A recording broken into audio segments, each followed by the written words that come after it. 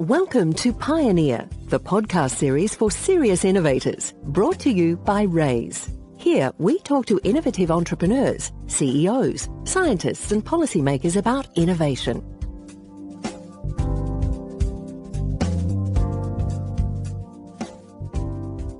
Michael Ellis is the head of culture at Vinomofo, one of Australia's fastest growing companies and a leader in innovation, disruption and values-based company culture. An ex-family business owner, expedition leader, teacher, wine writer and a personal development coach, Michael is committed to helping companies bring out the best in people and generating outstanding customer experiences. Today I also have Rob Pearce with me. Rob is one of the main drivers in Raise Solutions and has a particular interest in organisations and the link between innovation and culture. Welcome, Rob. Great to have you on board. Thank you. Glad to be here. Michael, tell us about Vinomofo and your role as head of culture. Essentially, the model is we buy wine directly from great producers in Australia. So you actually buy it. You're not just an agent. You actually buy the wine. We buy the wine directly from producers. Yep. We store it in our warehouse here in Port Melbourne. And then we sell it directly to our members. Okay. People who've signed up to the site have access to all of those wines at some pretty competitive pricing. We've got 500,000 members, which means that our buying power is pretty significant. We can buy a lot of wine from a producer and sell it to customers who appreciate quality wine, and that's really part of our value proposition, is that we only buy wine and sell wine that we love, and it's good stuff. So you must have some poor souls who have to go out and taste all this wine. It's one of the tougher jobs. Our buyers are very much in and amongst the industry, so they know what they're looking for, and they know a great wine when they find it. Once it comes into us, into Vinomofo, it then, and once it's on the site, it then becomes something that everybody in the company has the opportunity to experience and taste, because we're all involved in one way or another in selling that wine through various different means. Drinking and tasting, I should say. The wine is very important. So do you have to be a wine lover to work here, or it's just be a good add-on? I think more than being a wine lover, I think what we stand for is what wine represents, and it's that experience that it enables, whether it be sitting down over a nice meal and sharing a bottle of wine, or sharing a wine with a mate and having a great conversation. I think you've really got to appreciate and enjoy that, and I think that's why people are drawn to the company as employees, because they are, and it's something that we celebrate and communicate, and it's very much part of our culture, is that love of wine. Right. There's not an expectation that you're an expert by any means. We do a lot of training and development and a lot of tasting. And I think wine's one of those things. The more you understand it, the more you appreciate it, and it's you just start digging deeper into those layers, and it's one of those things that starts to it's quite addictive in its charm when you start to really dig deep into. As you're speaking, I'm thinking some of the ancient cultures very much had that philosophy, didn't they? The Romans and the Greeks, I think, were very much culture around wine and the symbolism of wine. And there's a lot of ways in which you can approach it. We like to look at the provenance of a wine, the stories behind it, who makes it, where it came from, what they're trying to achieve in expressing that, and at the same time just looking at the wine itself as a product. And there's as I said, it facilitates some great experiences, and at the end of the day, it's just it's fun. It's a good drink, and it's really interesting. So there's a fascinating history of wine throughout the ages, and it's very much embedded in ancient cultures, modern cultures. And here in Australia, it's becoming more part of how we celebrate, and certainly part of our food culture as well. So yeah, it's a really exciting drink. It's great to hear you say and talk about fun, and the staff particularly having fun, and I can attest, having had a brief walk around at 10 o'clock this morning, you've got staff doing tastings. Yeah. You were recently awarded the most successful staff engagement award at the BRW Mid-Business Awards. What is your approach to people, culture, and specifically innovation? I think our approach to culture is very much defined by, and I think this would be the case for any company or any business, regardless of size. I think it's really important to identify what the DNA of that company is, and in this case it was very much defined by our founders, brothers-in-law Justin and Andre.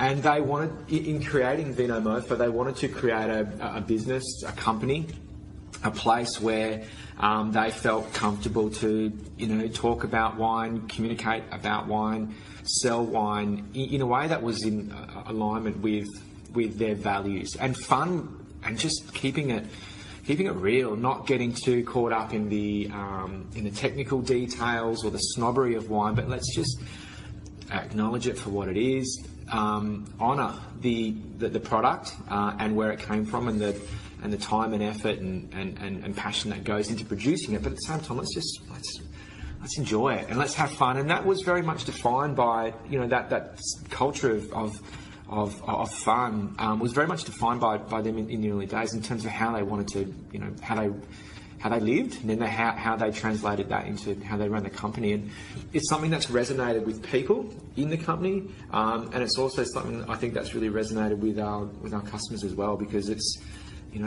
attractive, and people want to be a part of something, or people want to be around others that are having fun. And are the founders still involved in promoting that culture, or is that all now passed to you as head of culture? I see it as my role to nurture that and to protect it, and sort of help guide it as we grow.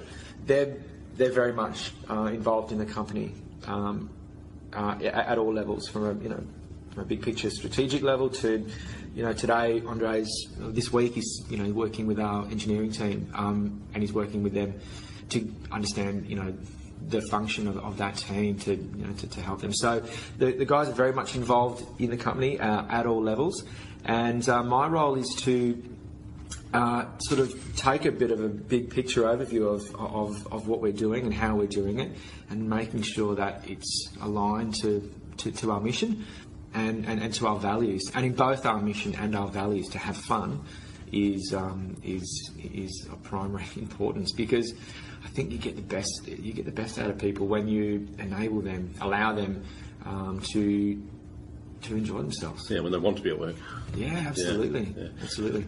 Michael, it's clear listening to you that the passion and the culture is really what's differentiating yourselves from other competitors that I can think of. And it would seem to me, if I was going to start a business, I wouldn't start one in this industry, because it's so competitive and there's so many players out there. So you have to be different, you have to be innovative to not only survive, but phenomenal growth. So how have you achieved that? What's made you different within the culture and the innovation? I think true innovation really comes from just, I mentioned this before, knowing your DNA, knowing what it is you do and why you do it, what you do well, and going all in on that. I think if a company sets out to disrupt for the sake of disruption, the intention, I think, is good, but I think it's a short-lived proposition. I think what's been successful for Vinomofo is that there was a and still is a very conservative way of communicating about wine, and the community of wine lovers and wine drinkers. Was that sort of older middle-class man, and it was a very, very sort of exclusive club with its own unique language that I think a lot of people found it hard to access or relate to. And so, in terms of innovation and disruption, all Vinomofo has done really is go, well, we love wine, but that's not how we communicate. We love wine, but we don't really relate to that community. So let's just do what we do, and I'm sure there are other people who can relate to that. So the intention was just to do what works. For us, and see, that's true to that. That's fascinating for me, because most people think innovation is technology. I've got a machine, a gizmo, a pill, or whatever that's going to change something. What I'm hearing is you've got a different business model. You've innovated the model. Even the communication around the model maybe, but that's the innovation. It's a business model. It's a business system that you've innovated. Yeah, and I think the way in which wine has been distributed from producers to consumers was certainly there was certainly an opportunity to disrupt that model. For producers to sell wine to a retailer and have the wine sitting on the shelf for a period of time, hoping that someone would come in and buy it, or to sell it to a restaurant, meant that there's a lot of middlemen. Yep. There's a lot of stages in that process that slowed down the process, and also meant that wine wasn't getting direct to their customers. And for a winery for them to sell their wine directly to their database was a challenge, because it's, as a winemaker, ideally you're great at making wine. You're probably not great at marketing wine or selling wine. So what we've done is gone, all right, you do what you do really well. We've got a really engaged community over here. Why don't we just go straight from the winery, straight from the producer, direct to consumer? We'll cut out all the stages in between, and that means we'll be able to buy a lot of what you have to offer. We can do it at a healthy margin, which we can then pass on to our customers, and we'll do it in a way that honours the product. So we know what we're talking about when we communicate your wine, because we know you as a producer. We taste the wines. Everybody who's involved in selling the wine, whether it be from a designing the creative, to marketing, to on the phones, to our engineering team who's building the website, everybody has an opportunity to taste that wine and learn about where it comes from. So when we communicate it, we're doing it with integrity to the producer. And so we're going straight from producer to customer, and I think people value that. And of course, we're doing it online, which means that you can be on your phone at work, you can be at home on the laptop, and on the couch, and you can access what you need and what you want when you want, and get it delivered to your door. And that people want convenience. Yeah. But it's also trust, isn't it? They have to trust that what you're recommending you believe in, and strongly that's coming through. So. You can't. That's the thing that you can't buy. That's the thing that a model cannot replicate, and that takes time and trust. Trust takes time, and trust requires integrity with what you do and how you do it. And through over the last 6 years, our customers have come to see us as someone that they can trust. And the fact that we say we only sell wines that we love is true. And there's a constant reminder and realignment to that. Everyone involved in that process are being held accountable to that. Do we love this wine? Is it a great wine? And will we recommend it personally? Would you recommend it personally to your partner, to a friend? And if not, then we won't recommend it to our customers. And our customers over time become, they trust that, and that takes time. Fantastic. So Michael, you've already mentioned the engineering team and the buying team and the selling team. We know that identifying and attracting and certainly retaining the right talent is key to supporting successful innovation. What advice might you give to others trying to build their own culture in a rapidly growing environment?